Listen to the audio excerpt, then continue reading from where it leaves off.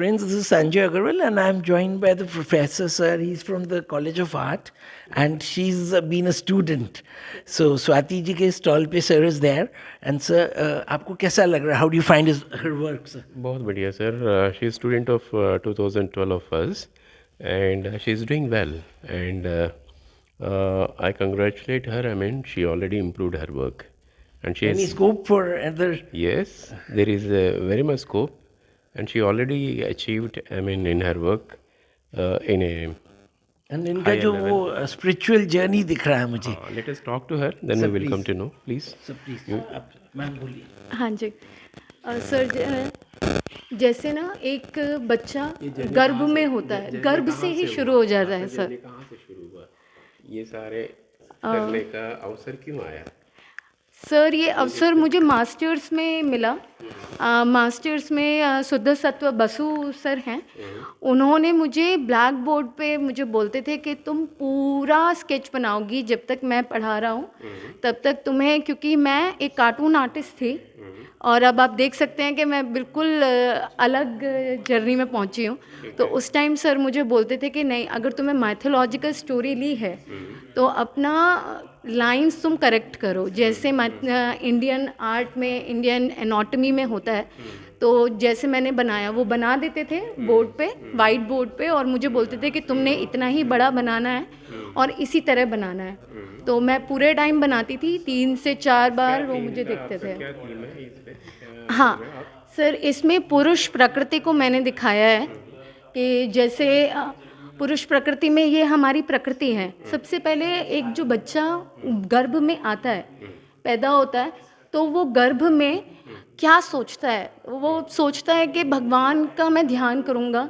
जब मैं बाहर आऊँगा, मुझे बहुत यातनाएं मिली थी, नर्क स्वर्ग इन सब का जो फेरा रहता है, तो मैं जब अब गर्भ में आ गया हूँ, तो अगर मैं बाहर आया इस माया रूपी संसार में तो मैं आपका ही ध्यान करूँगा. ईश्वर से प्रार्थना करता है वो.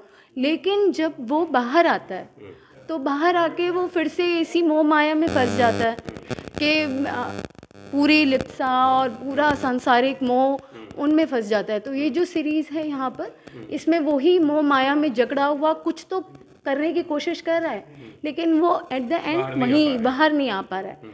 फिर थर्ड, लेकिन ये क्यों हो रहा है? क्योंकि हमारी जो अपरा प्रकृति है उसकी वजह से, कि वो अपनी जड़ों से, ये पंच महाभूत हैं, उनसे जकड़ी हुई है आदमी को, इस वजह से नहीं निकल पा रही. लेकिन अगर मनुष्य इस प्रकृति से या इस संसार से, मोह माया से निकलना चाहता है, कैसे आ पाएगा? तो उसको फिर से ईश्वर का ध्यान करना ही पड़ेगा, उसको फिर से सेंट्रलाइज होना ही पड़ेगा. जैसे वो यहाँ था तब ईश्वर से प्रार्थना करता था, तो उसी तरीके से उसको एकाकी, उसको ईश्वर में एकाकी चाहिए, और वो धीरे धीरे जो डिफरेंसेस हैं एक दूसरे से निकल के फिर वो एनलाइटमेंट की ओर आ पाएगा सर.